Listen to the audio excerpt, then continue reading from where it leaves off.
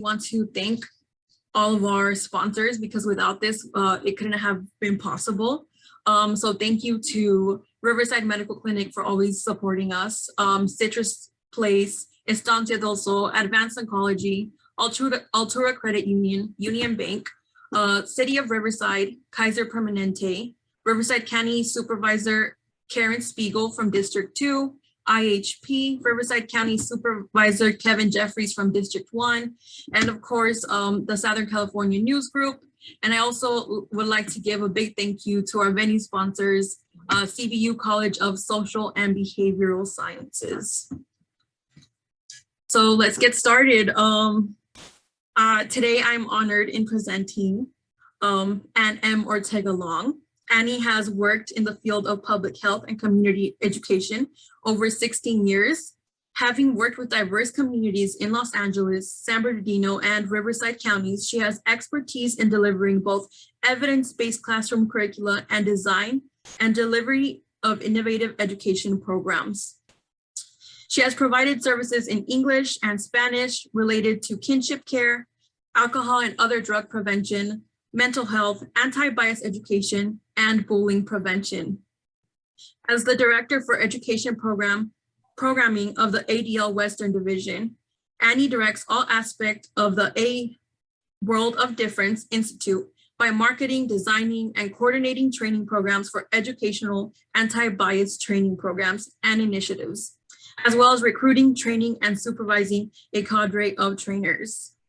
And I know that we are virtual, so we can't do a live round of applause, but if you can go ahead and welcome Annie in the chat by saying a greeting, welcoming, or sending a clapping hands emoji, please help me welcome Annie M. Ortega Long. Thank you very much, Seti. I'm really pleased to be here and working with you all again this year. You know, every year when the fall rolls around, I'm really excited to be able to speak to everyone about bullying prevention. And so it's a great honor. Thank you.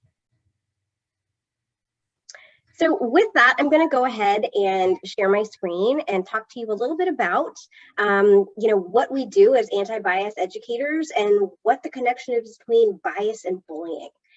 So I will do that now.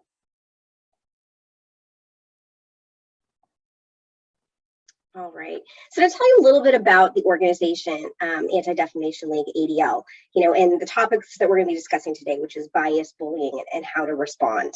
Our organization has been working to, fight anti-Semitism and bring secure justice and fair treatment for all communities since 1913. We are a global anti-hate organization. The World of Difference Institute is the institute which houses all of our education programs. It was established nationally in 1992 out of a regional office in Boston, and we have 25 regional offices across the country that facilitate bullying prevention and anti-bias education across the country. And so, our No Place for Hate initiative is a student-led school-wide initiative to address bias and bullying and promote diversity and inclusion through discussion, reflection, action. So we have a number of educational initiatives. What I'd really like to focus on today is, how we explore and understand the intersection of bias and bullying and how we can begin to respond.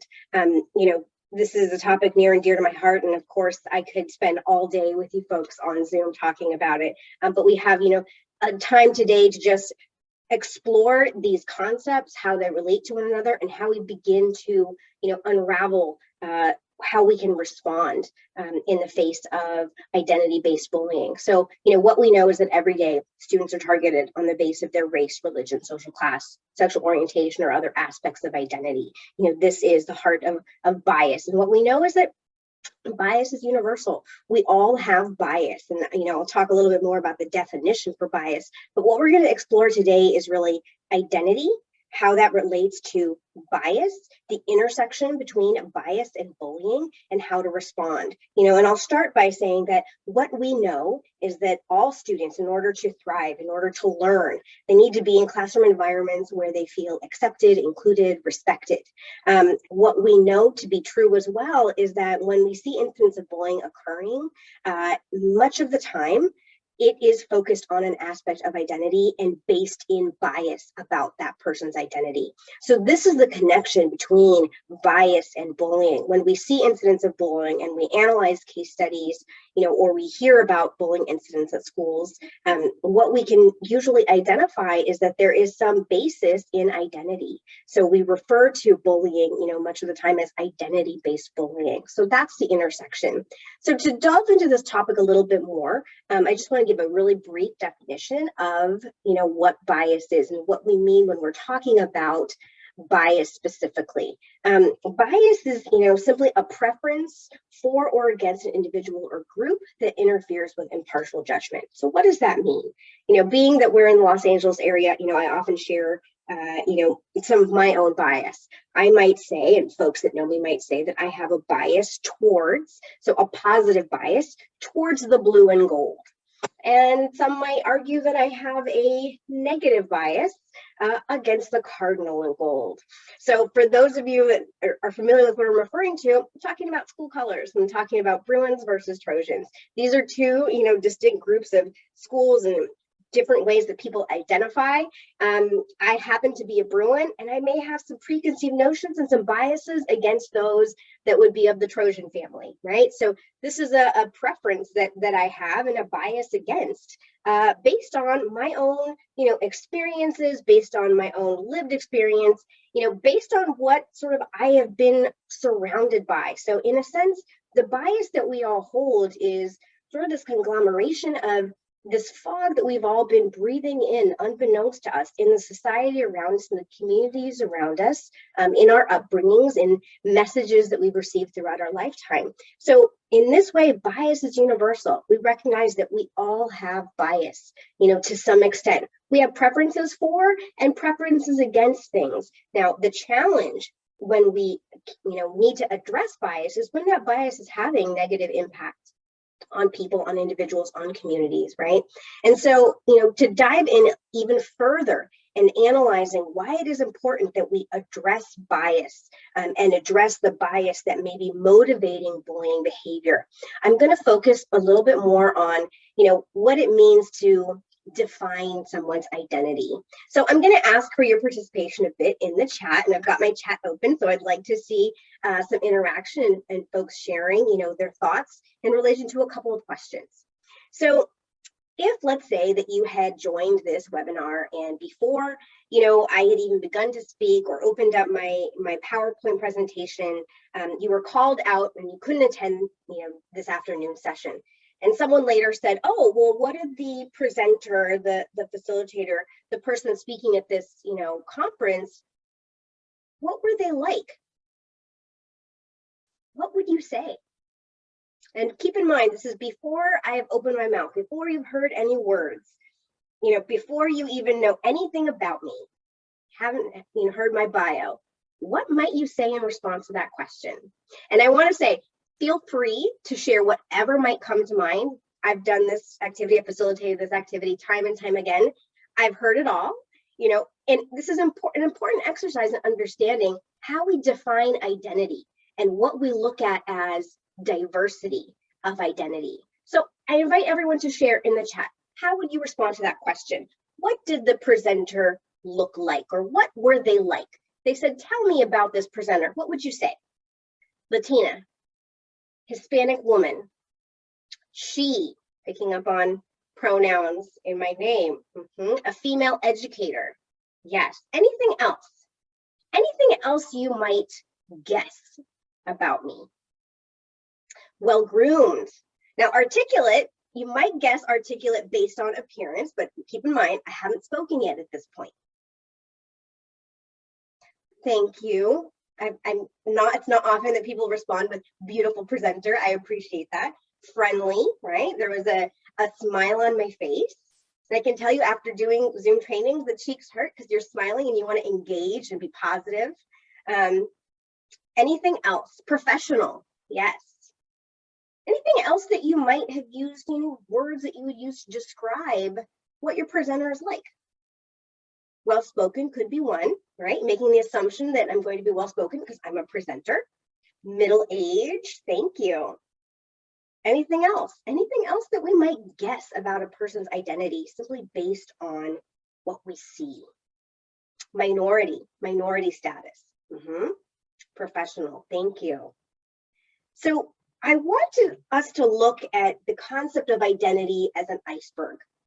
So what you have described, we might say is what's on the surface, right? Or what guesses we're making about what's on the surface. What we know about an iceberg is that only about 13% is visible above the waterline. So we're looking at things and making decisions, about someone or making assumptions about someone based on what we see. So we are all, in essence, walking around a bit like icebergs, right? With a small portion of who we are really visible from the surface, what we consider to be above the waterline. So what kinds of things, getting a little further into what you might assume about your presenter, about me today, what else would you guess about my identity or how I might identify myself? What things might be more what we would consider at the waterline, things that you can kind of guess based on maybe symbols, lack of symbols. One thing I like to mention is we have a lot of sort of signs and symbols that we wear that make us assume things about people, right? Guessing that she subscribed to certain worldviews, given her affiliation with ADL. Yeah, definitely. So profession, and profession tied to values, right? Sometimes I do this during presentations. What I might have or might be missing, what might we guess? Bilingual might be an assumption, certainly. Based on what you might perceive as a minority status, right? Yeah, or last name. Anything else? Midlife, married with children. And part of that is also tied to gender, right? Marital status, thank you. Yeah, there's signs and symbols that indicate our marital status. They're commonly recognized as signs and symbols of marital status. Now, diving a little bit deeper, what are the things below the waterline that we really have no idea about when you stop and think about it? What are the things that make up who we are that you wouldn't know on the surface? And you might not even really be able to guess based on what you see. Thank you, Andrew. Trauma history. Values. Anything else about my identity? Economic status. How about ability? I'm seated. Do you know anything else about my abilities? Whether physical, whether mental, traditions. Anything else? Disabilities. Thank you, Jessica. So here I want to share what some of those things are that are above the waterline, at the waterline, and below the waterline. So we hit on a lot of these already. Clothing, attire, physical appearance, that is what we see. And sometimes those things can become indicators for what we believe to be, at the waterline or below the waterline, like socioeconomic status. Something that people comment on often, and I made sure to wear them, is my use of pearl earrings. Pearl earrings sort of say something, and they have some sort of messaging tied to them, right? Much of the time, socioeconomic status, or values, or just style in general, right? Religion and spirituality. I'm not wearing any, religious, symbols, whether it be a crucifix or a Star of David, but those are often things that are at the waterline. Age and generation. A lot of you focused on, middle age, and I can say proudly middle aged. I feel like I've earned the wisdom of middle age. Yes, ability. We can guess that I'm an able-bodied person. I'm able to sit here and have this conversation, this dialogue with you today, but there's a lot that we still might not know about ability, right? Race, Now below the waterline, we actually talk more about ethnic background, nationality. Nobody mentioned citizenship status. It's not something that, would even come to mind, but it might for others.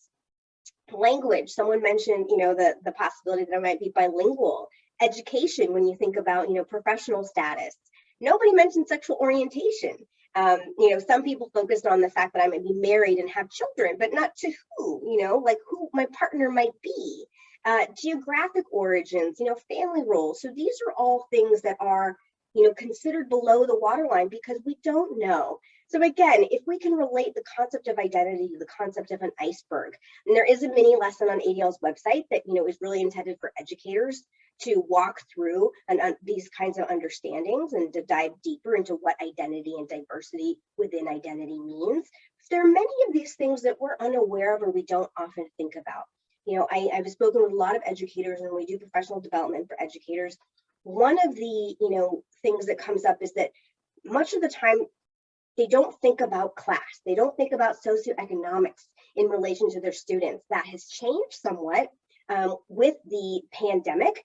We saw, a number of different disparities between learners, between students, as they related to resources during a pandemic and utilization of resources in, going to school from home, if you will. And so all of these things are important considerations when we look at how identity, how our diversity might become the sort of the source of attack, if you will, or probably not the best phrasing, but what becomes the target when there is bullying behavior. When we do surveys of students, we find that those experiencing bullying, thank you, Melissa, the focus of, bullying behavior is usually tied to an aspect of who we are as people and an aspect of our identity. So it's really important that we understand this intersection between identity and bias and bullying. So thank you very much for taking part in this exercise with me. And again, there are links in the chat, and we'll make sure to follow up with those links at the end as well, where you can actually experience a bit of a mini lesson. It's about a 15-minute online learning experience for educators, really for anyone. All right, so as we think more deeply about, bias and how it may manifest itself, what does bias look like on a school campus? What does bullying behavior, identity-based bias look like on a school campus? So, I'd like for you to share in the chat, based on experience, based on what you've heard, based on even case studies that you might have read or come across. What is the language of bias? What does it look like when bias and identity-based bias is manifested on a campus? If we're going to say, there have been incidents of bullying that did focus on identity, what might some of those examples be? What might that look like for students? And I'll give you a couple moments to type into the chat. Teasing, certainly. And that could be teasing, Melissa, about any aspects of our identity, right? Stereotypes, right? The utilization of stereotypes. Often we hear, well, and there are good stereotypes. So we can think positively about a population of people. The challenge with that is that a stereotype leaves no room for, again, diversity even within an aspect of identity. Sort of paints everyone with the same brush, even if it's a positive. One, often used example we hear from educators is that, let's say, Asian students are perceived to be good at math. Where that can lead is if a student that is Asian, identifies as Asian, is struggling with math, they might actually not have access to the same amount of resources that others might, based on this supposedly positive perception and positive stereotype. So again, it's complex, but understanding that stereotypes, even positive stereotypes can isolate is an important factor in learning how to respond and how to address the bias that can be manifested. Microaggressions, certainly, and I can say that, it's not a link that that I had planned to share, but we also have a mini lesson that focuses on microaggressions, what they are, what it looks like. But microaggressions can be, again, about any aspect of our identity. Hate crimes or assaults, yes, absolutely, those take place based on, perceptions about identity. Anything else? Any other ways that we're seeing bias manifest itself on a classroom or in a classroom or on a school campus? What might it look like if someone is the target of identity-based bullying or identity-based bias?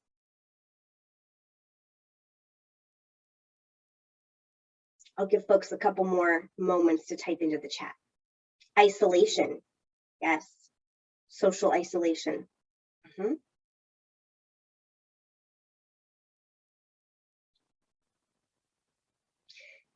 So next I want to move on to dressing. Oh, thank you, Jessica. Dress, clothing choices. Absolutely. Now, talking about this, I want to move into really a further discussion on what is being targeted. So when I say, what does this look like on a campus? What is it that is being targeted? And you provide a perfect example, Jessica, when you talk about clothing, because much of the time, focus on clothing is related to classism, right? How much money do you have to spend on your clothes? That's really sort of at the heart of teasing or isolation or any of these behaviors that serve to focus on, let's say, clothing or attire.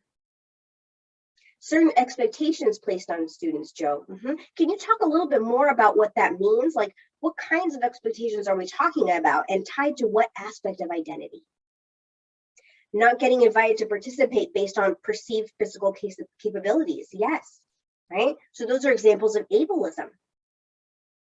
Rumors started on social media, and those rumors can be about anything related to aspect of identity. And Esty, you mentioned special needs students.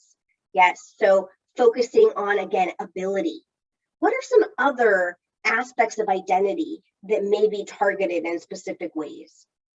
We've talked about class, we've talked about ability, right? Perceived educational abilities, yes. Sexuality, orientation, gender, right? And these are two distinct identities. Sexuality and sexual orientation is one aspect of identity. Gender is another aspect of identity.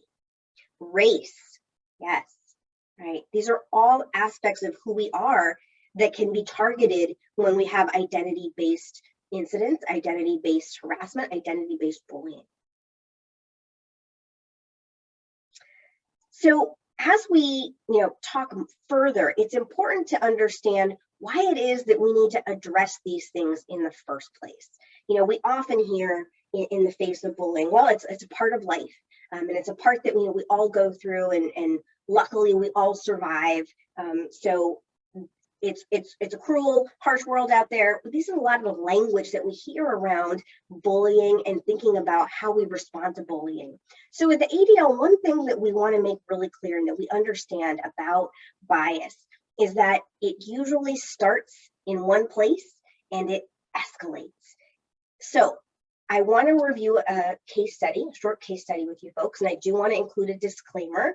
If there are any young people, students that are participating in today's conference presentation, it is a case study that is, it depicts some negative behavior. And so I'll just jump in and I'm going to read it out loud. You can also read it quietly to yourself. So got ahead of myself. So in one school, a group of 4 boys began whispering and laughing about another boy in their school that they thought was gay.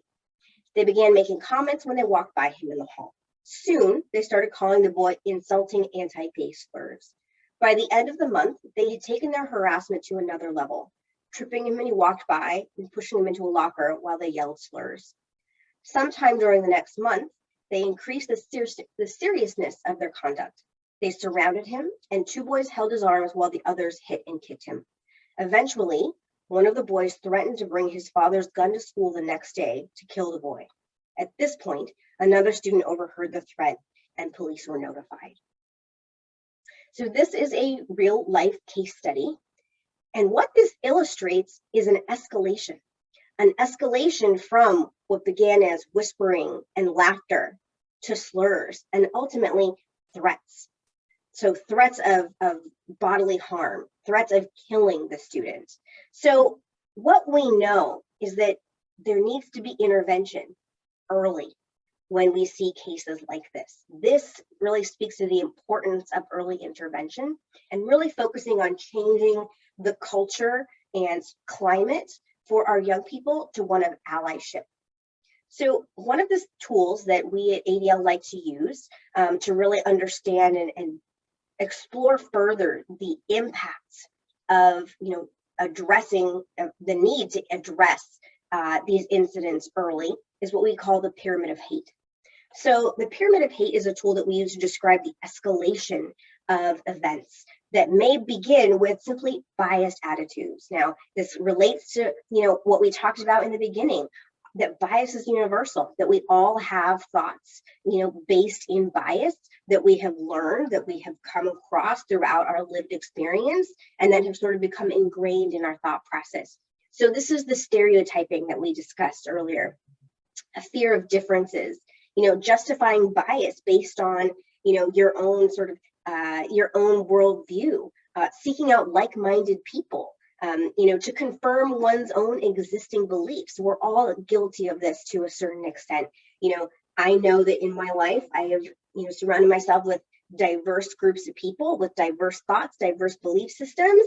And there have been periods of my time when I go through my social media accounts and I'd say, this person's view just doesn't line up with mine. So I'm going to, cut off contact. I'm going to, stop following this person, unfriend this person. But I myself may be guilty of not opening myself up to, people that have differences in perspective, differences thought. Now, there are some that we certainly say, okay, this is, hate speech or hateful ideology. I want to be clear that we don't share these, these same beliefs and values. But I think when we focus too much on just one perspective only and not understanding that there are differences in how we were raised and coming from a place of wanting to learn and teach, there are certainly challenges in our conversation. So again, biased attitudes are the things that sort of live within all of us. Now, the next rung up in our pyramid of hate are acts of bias. So now we begin to see an escalation. So utilizing our biased attitudes, those things that just lived within our own mind, to using non-inclusive language, insensitive remarks, microaggressions, the biased or belittling jokes, things that we know to be cultural appropriation, social avoidance, exclusion, name calling, ridicule, this is where we see bullying, slurs, epithets, dehumanization. So now we're talking about behavior. We're talking about those things that existed within our minds, within our own thinking and thought process, now informing our own actions. Next, we see systemic discrimination. So now we're talking about systems in which bias has become ingrained. And so it's a bit of a cyclical nature. It's the systems which inform our biased attitudes and acts of bias which serve to perpetuate systemic discrimination. So we're talking about criminal justice disparities, inequitable school resource distribution, housing segregation, inequitable employment opportunities, disparities like, voter restriction and repression. There are a number of ways in which we see systems at work that serve to marginalize certain identities. Now, what we've also seen are, bias motivated violence. This is where we're talking about, hate crime specifically, threats, desecration, vandalism, arson, assault, rape, murder, terrorism. So these are things motivated by violence, but have been allowed to sort of exist because they've been built on this foundation. And lastly, we know that genocide can be a result of this type of escalation. We've seen it happen throughout history, to different communities throughout the world. Now, it's not to say that we will always see this escalation, but what we do know is that if you turn this pyramid on its side, it's a slippery slope. So, in Los Angeles, one of the museums which does a really excellent job at sort of portraying, really showing all of these levels is the Los Angeles Museum of the Holocaust. It started out with biased attitudes, acts of bias, moved to systems of discrimination, bias motivated violence, and ultimately a genocide. And so where is it easiest to interrupt this escalation? At the base levels. What form the foundation? Those biased attitudes, those acts of bias. That is really, at the core of anti-bias education, is focusing on how we disrupt this escalation from these base levels. Now, how do we do that? What does that look like? We could spend, an entire day, several days really focused on what it looks like to disrupt biased attitudes from becoming, or acts of bias from moving into bullying patterns in particular. But I'm going to go over just a couple of quick, simple strategies to respond when we hear, the language of bias, when we hear those jokes, insensitive comments, slurs, the language that we know to be coming from the bias that we hold. So it's important that we assume good intent and explain impact. I know what you mean, but that hurts. And this can be really utilized in the face of a lot of stereotypes, right? Asking a question, what do you mean by that? Or can you explain that more?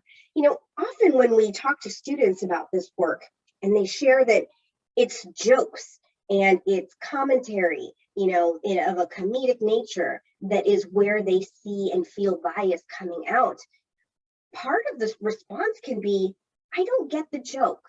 I don't know what the joke is. If you don't get the joke stops being funny, right? So simply asking a question, even if it's a joke, what do you mean by that exactly? Really asking for folks to think more, be more thoughtful about their language, about the words, about, remarks, about jokes, is an important first step in that learning process. Interrupt and redirect. This is simply, let's not go there. Let's not talk about that, right? And you can even point out, that's stereotype. Let's not go with stereotypes, right? Broadening to universal human behavior. Well, I think that applies to everyone, not just this particular group that you're talking about, right? Making it individual. So sort of the converse. Are you speaking of someone in particular? Did you have someone in particular in mind as you talk about, let's say, that stereotype? And then lastly, simply saying ouch. Ouch is one easy way to say this is having an impact. Maybe not the way that you intended, right? So we can have this debate about what's more important, intent or impact. But at the end of the day, if you say, ouch, that hurt, the impact becomes clear. So these are just some of the simple ways that we can respond in the face of bias. Now, if we're talking about ongoing and escalating bullying, these are not necessarily the strategies that one should employ because those require a much more holistic approach, and they're really opportunities for learning and ongoing learning. But this is the start. This is the start of those one-time here and there incidents of biased language that begin to form the foundation for increased negative impacts of bias in the form of bullying, or ongoing harassment. So these are just some of the simple ways that we could begin to frame, how we become allies in the face of biased language, in the face of incidents of bias, in the face of, identity-based bullying. So with that, I've gone through that really quickly, but I'm happy to open it up to questions and, chat more about, what this looks like in sort of in the classroom, on a school campus, or simply how it exists online, which can also look and feel differently. And certainly the impacts can be different when they're online because there is the potential for, biased language and biased incidents to keep causing harm because they can be shared and reshared over time. So happy to open up to questions at this time. We actually have, I think, 25 minutes for questions, so even more interaction.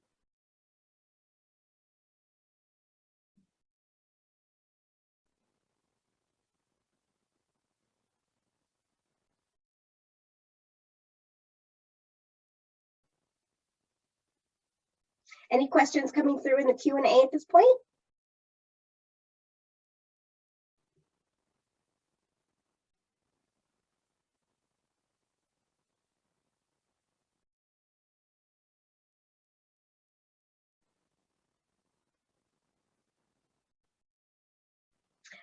I'm going to go ahead and stop sharing my screen.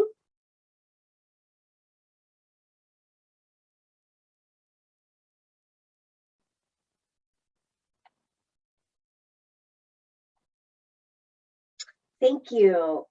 First question, the Q&A. What's your moral framework for discouraging bias?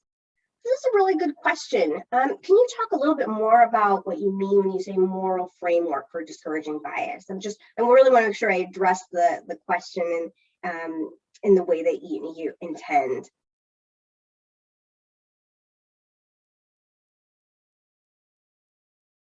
And one thing I would, say again about bias, I don't think that the goal is necessarily to discourage bias.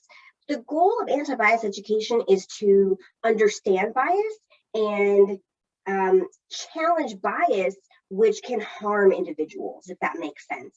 And I see, just curious about the source or reason for your opposition to bias. So it's not necessarily an opposition to bias, but an understanding and a recognition that while we all have bias, bias can certainly serve to harm individuals as well as communities. And so understanding the impact of bias on individuals and sometimes the inequity in that bias is really important to making sure that, especially in our school system, we are, we have the goal of equity. We have the goal of making sure that all students feel welcome, feel respected, feel included so that they can learn. And how long have I been in this field? Well, I've been in the field of sort of education for about 16 or 17 years, and I've been with ADL for about 4.5 at this point.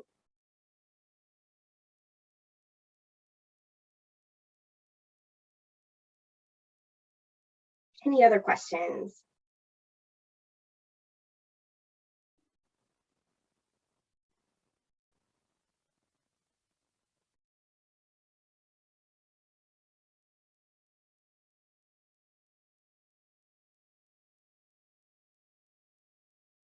Can you share some success stories of your work in anti-bullying or just anything that's been encouraging to you recently on that front? I can. One of the things that, at ADL, we offer several different training programs or workshops really intended to focus on anti-bias education and, making sure that schools are respectful, inclusive environments and providing tools for both educators and students in that effort. And one of the things that I've really noticed over the last 2 years is an increase in requests, in interest for student programming. In one school district that we've worked with, we had done a series of professional development for all staff in this school district. And subsequent to that, there was a group of students that were part of all of the high schools in the district that came together rather organically and asked the school district to invest in training and really invest in student leadership.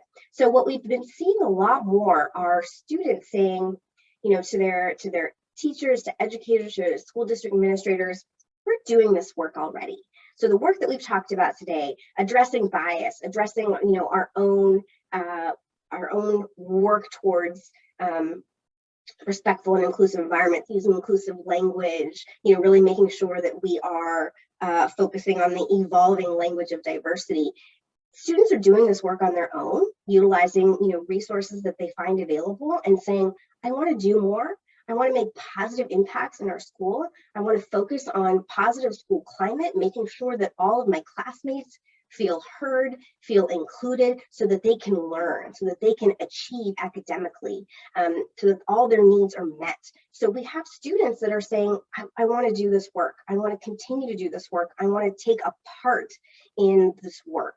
So I think that is one of the positives that we're seeing, especially over the last 2 years. I think we have young people who are ready to engage and provide a framework for how their schools engage in these efforts. And the converse is that we have educators and we have school district administrators who say, yes, we want to empower our young people to be the voices for change and to address the issues that they see and feel on their campuses. Often I've had superintendents or other administrators ask, well, what's the difference? What is it going to feel like if on our campuses, if we are a more respectful, inclusive school, or if we, undertake initiatives focusing on, appreciation of diversity, celebration of diversity, inclusive classroom practices. What's the difference? What's it going to feel like, or what's it going to look like? And my response is, it depends on the person walking onto your campus, right? It depends on what the feel is when you're engaging in a school community, whether it be talking to educators, whether it be talking to students. It's going to be a feeling that it is a place where all students can thrive, and that can take many different forms. So I think, again, it's encouraging to us that we're seeing a commitment on behalf of educators and on behalf of students to really make their campuses, places that are welcoming to all, places where you don't see name calling, places where you don't see bullying, and in instances where there is, that there are also allies that are stepping up, and that folks are investing in learning how to become allies to their peers. So those are just some of the success stories. Thank you for the question, Andrew.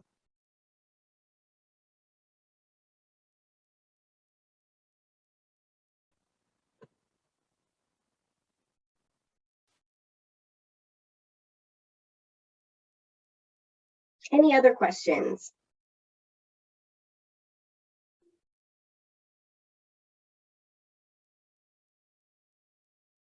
Is cyberbullying becoming more prevalent among students since the pandemic? I can say anecdotally, while I don't have hard data, I can say that because one of the many things that ADL does is we actually take incident reports from community members who, feel that there have been incidents of bias or, hate. We are seeing, a bit of a difference in the types of incidents that have been reported over the last, I'd say, year and a half.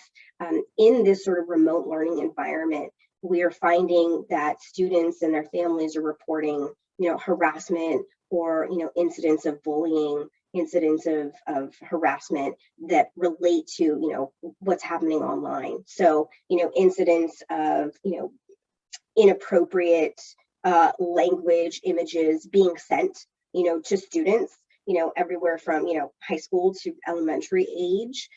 So we are seeing, at least anecdotally, increases in the types of harassment that we see happening, through the internet, through email, memes that get shared. So it's sort of always been there, but it seems to be increased because we're not in person, and we're much more connected in a way online.